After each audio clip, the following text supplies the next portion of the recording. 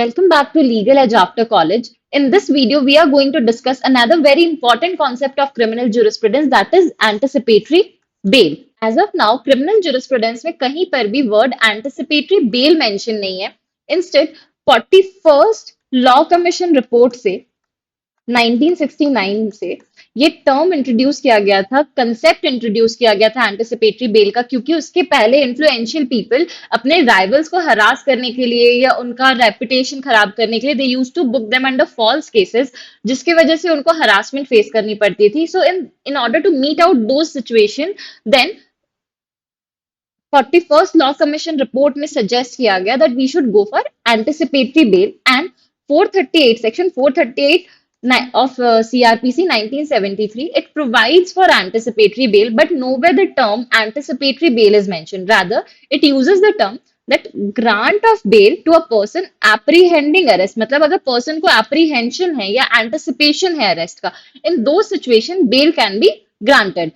And the provision says that when any person has reason to believe that he may be arrested on an accusation of having committed a non-bailable offence, he may apply to High Court or Court of Session for a direction under this section, that the court may, if it thinks fit, direct that in event of such arrest, he shall be released on bail. So यहाँ पर ingredients important क्या क्या है for anticipatory bail, that कि person is having the reason to believe that he may be arrested on accusation of non-bailable offense. Non-bailable offense होना चाहिए and person के पास reasonable doubt या apprehension होना चाहिए that he may be arrested, and he can apply to High Court or Court of Session for a direction under this section, that court may if it thinks fit. So अगर हम ये देखें may if it thinks fit, it means that court के पास discretionary power है. यहाँ पर court is having discretionary power to grant bail और नॉट. यहाँ पर डिस्क्रिशन दिया गया, इट इज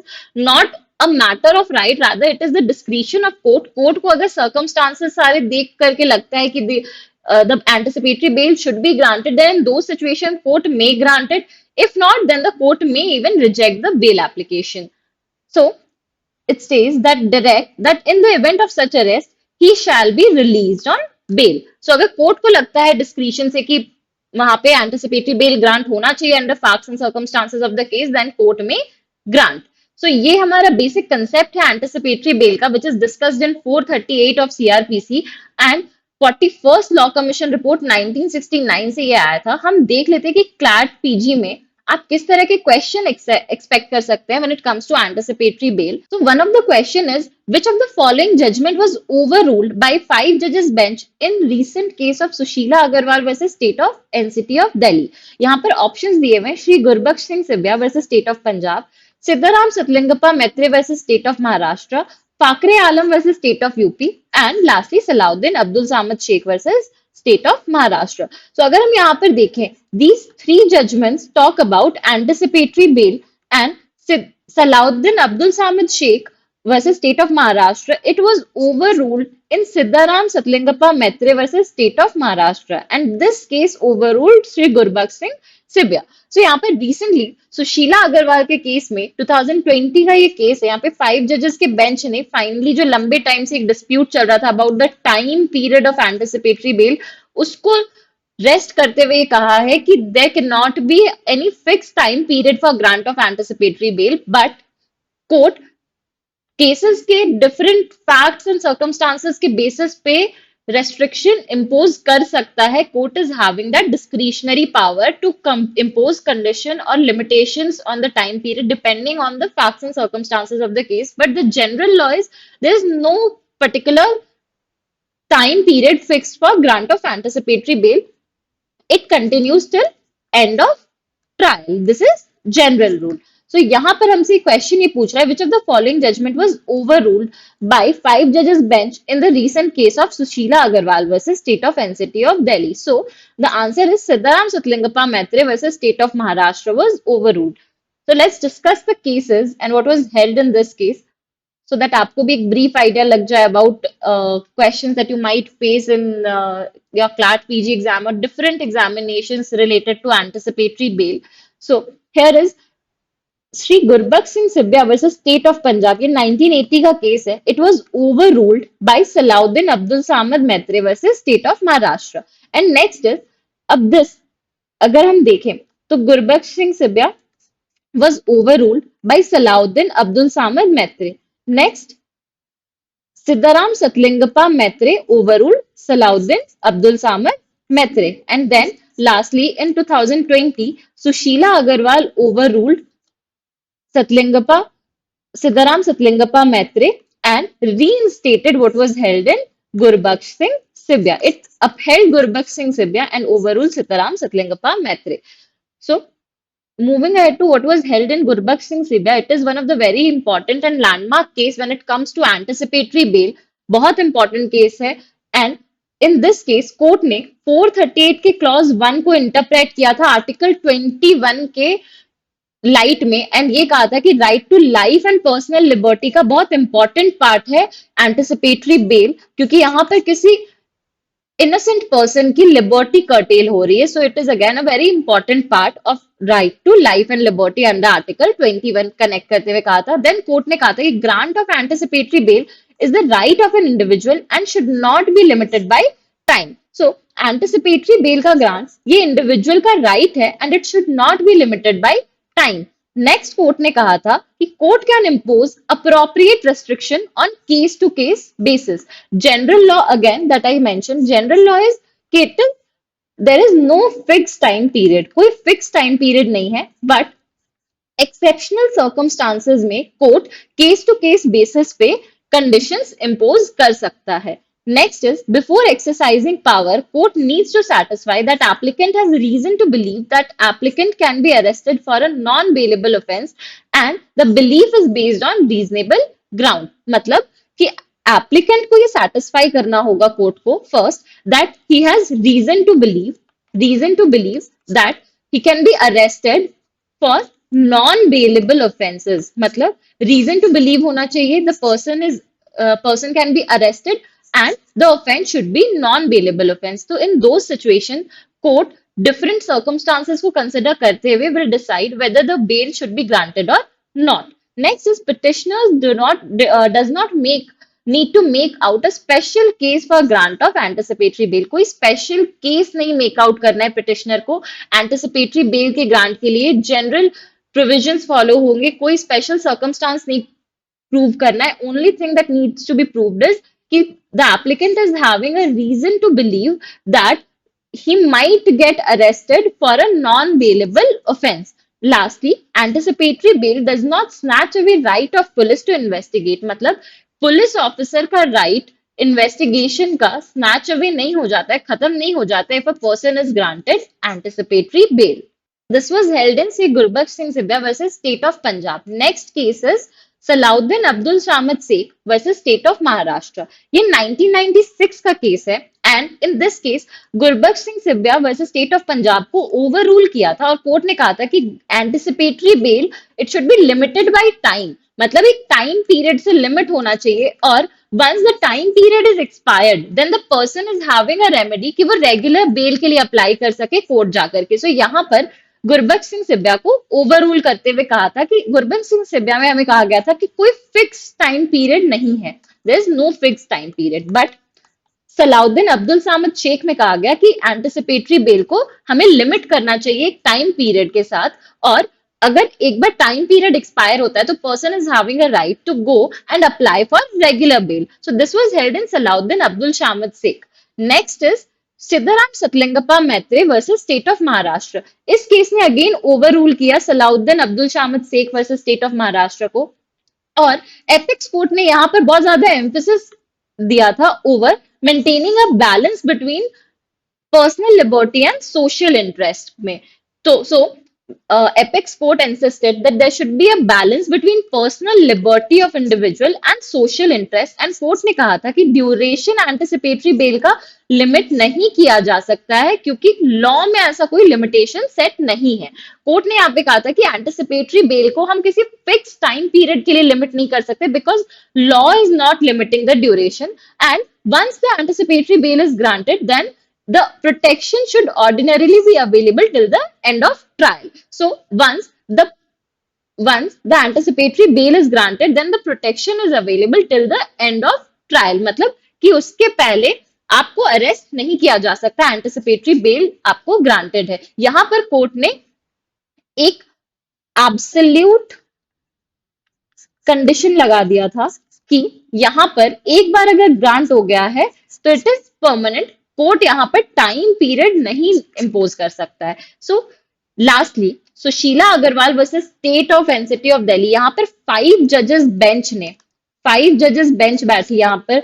ये काफी लंबे टाइम से कंट्रोवर्सी चल रही थी, तो 5 जजेस बेंच, जस्टिस अरुण मिश्रा,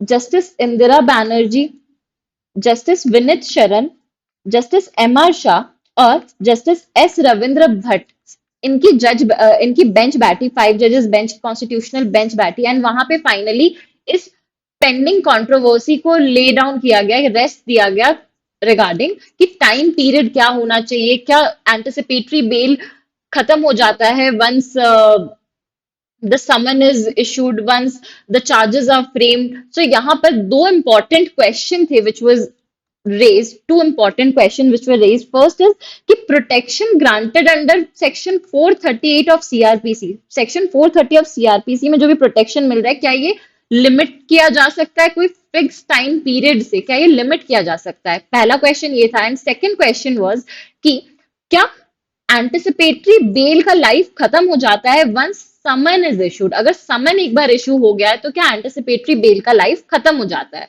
सो यहाँ पर कोर्ट ने कहा था कि protection granted under section 438 of CrPC should not be limited for a fix time period, मतलब कोई फिक्स टाइम पीरियड के लिए हम लिमिट नहीं कर सकते हैं।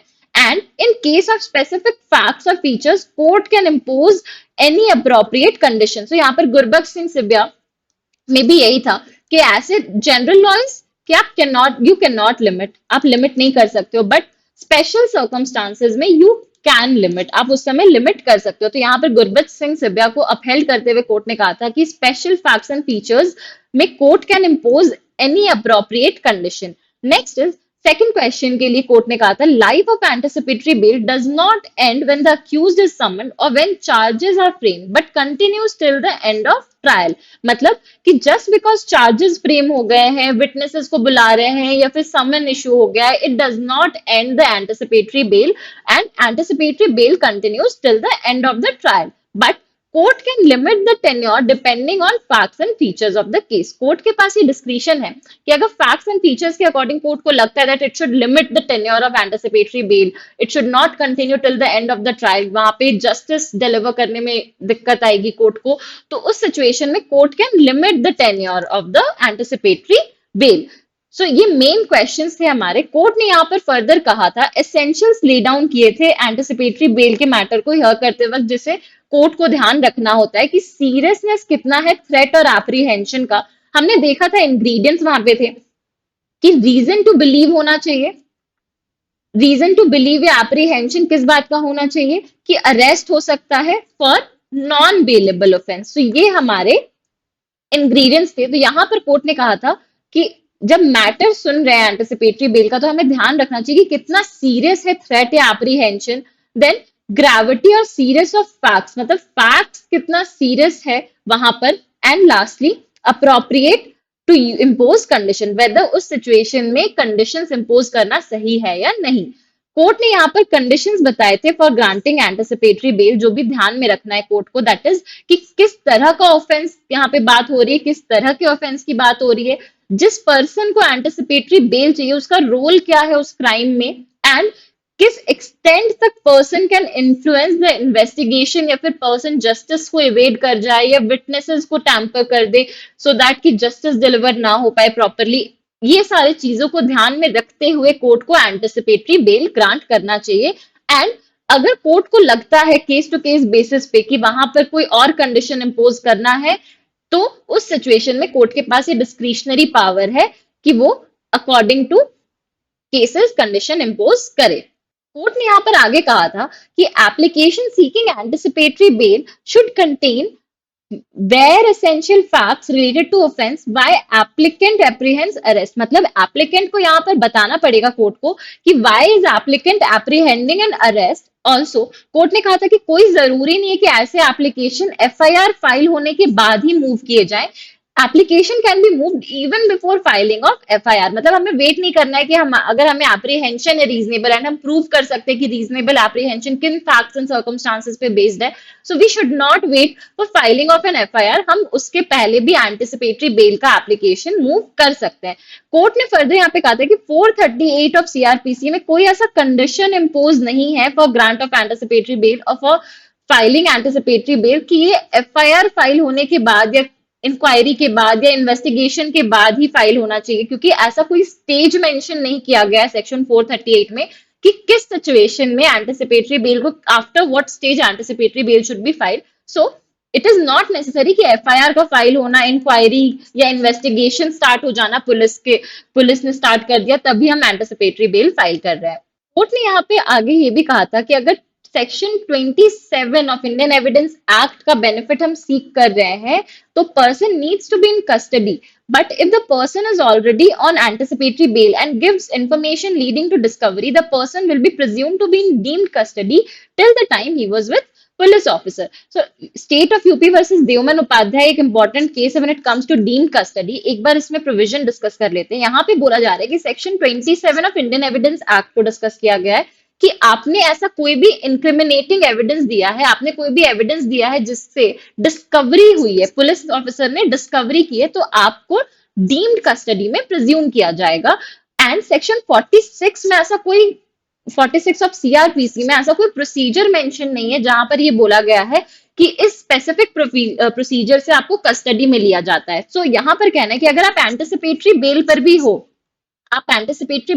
हो, बट आपने ऐसा कोई इंक्रिमिनेटिंग स्टेटमेंट दिया है, आपने पुलिस ऑफिसर के सामने कोई कन्फेशन किया जिससे डिस्कवरी हुई है, तो आपको अज्यूम किया जाएगा कि till the time you were there, आपने स्टेटमेंट रिकॉर्ड करवाया, you were in deemed custody under section 27 of Indian evidence act, और ये कॉन्ट्ररी नहीं है 27 ऑफ इंडियन एविडेंस एक्ट से. So finally Sushila Agarwal versus state of NCT of Delhi में court ने लंबे टाइम से चली कंट्रोवर्सी को एक रेस्ट दिया था कि टाइम पीरियड फिक्स नहीं होता है, ये एंड ऑफ ट्रायल तक कंटिन्यू होता है, बट कोर्ट के पास डिस्क्रिशनरी पावर है केस टू केस बेसिस में जस्टिस डिलीवर करने के लिए कि वो कंडीशन इम्पोज कर सके.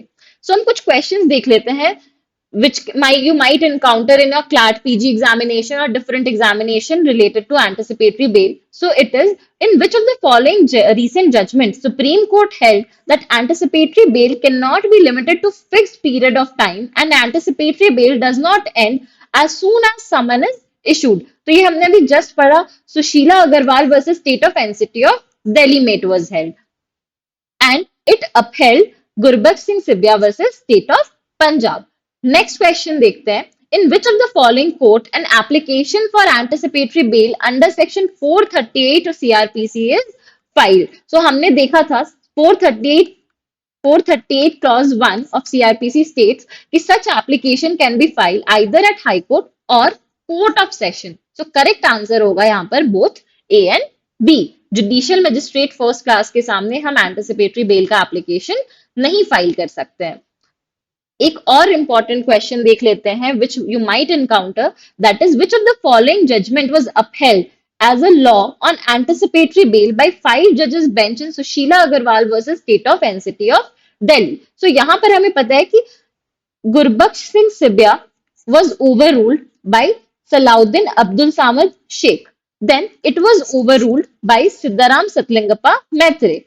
And lastly it was overruled by Sushila Agarwal, जहां पर सुशीला अग्रवाल ने वापस से रीइंस्टेट कर दिया था गुरबख्श सिंह सिबिया को. सो करेक्ट आंसर यहां पर होगा श्री गुरबख्श सिंह सिबिया. इस तरह के क्वेश्चंस आपको मिलेंगे आपके क्लैट पीजी एग्जामिनेशन में या आपके डिफरेंट एलएलएम एग्जामिनेशन में. एंड अगर आपको और इस तरह के क्वेश्चंस जानने हैं तो आप हमारा फ्री मॉक अटेम्प्ट कर सकते हैं. Link is in the description box. Or you can also attempt the Legal Edge After College mock test series, which will help you in acing the LLM examination of your choice. Thank you.